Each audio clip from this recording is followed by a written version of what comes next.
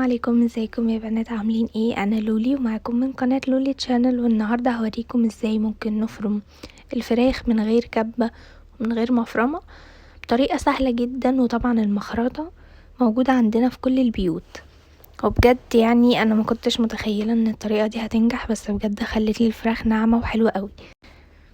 اول حاجة طبعا لو الفراخ عندي متقطعة بانيه ده هيكون اسهل لي بكتير من ان يكون الصدر كامل، فهحط كذا قطعة كده على بعض وبعدين ابتدي اخرطها زي ما بعمل الملوخية بالظبط بكل سهولة. ويعني كل ما اخرطها اكتر طبعا هتنعم معايا اكتر، وابتدي بقى اغيرها على كل الجناب علشان كل الحتت معايا تتفرم. وما تنسوش تشيلوا اي جلد او اي حاجة موجودة في البانيه، لان ده هيصعب الخرط بتاعها جدا، لان هتلاقي الحتت دي لسه مهما نعمتيها ما بتتخرطش وشابكة في بعض. فزي ما انتوا شايفين كده بقعد اقلبها على كل الجناب واقعد اخرطها، وممكن تحطوا الكمية كلها مرة واحدة عادي، بجد هتطلعها ناعمة وزي الكبة بالظبط.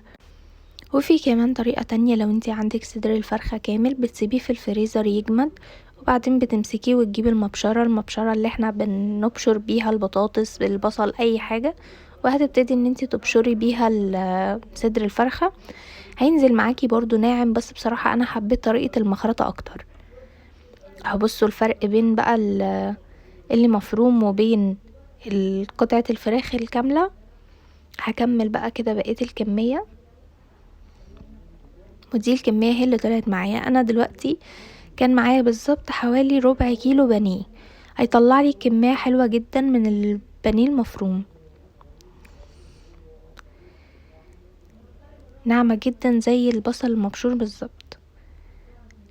وهنا بقى كده بعد ما نعمت كل الكمية، انتي مش مطلوب منك غير انك تخرطيها بالمخرطة وبس، يعني حتى مش هتضيفي ملح، مش هتضيفي اي حاجة خالص تسهل عليكي، لا هتخرطيها بالمخرطة وبس.